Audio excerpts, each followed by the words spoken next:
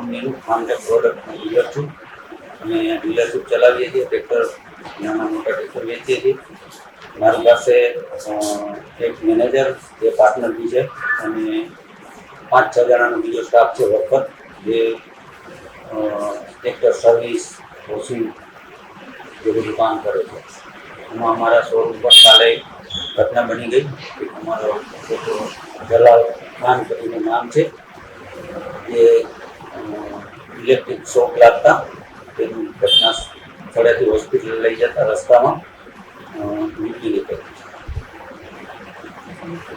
છે. પરિવારજનોનો આક્ષેપ છે કે જે કર્મચારી છે તેને કર્મચારી કામની પાસે પ્લસમાં જે શોર્ટ સર્કિટની તમારી જે એલસીડીની જે ફીટ હોય જે સ્વિચ હોય એ કામ નથી કરતી, એના કારણે જે તેમાં શોર્ટ લાઈટ સર, એમાં એવું છે, એમસીબી અમારી છે એ લગભગ અમે એક વખત કરાવતા હોઈએ છીએ અને જે અમે વર્કર છે બધા અત્યારે બી હાલમાં 2-3 જણા છે ઉપરથી, લગભગ અમે એવું કોઈ ફિક્સ ન હોય કે આને આ કામ કરવાનું, આને આ કામ, બધા જનરલ કામ માટે હોય છે અને નાના મોટા કામ બધા કરતા હોય છે.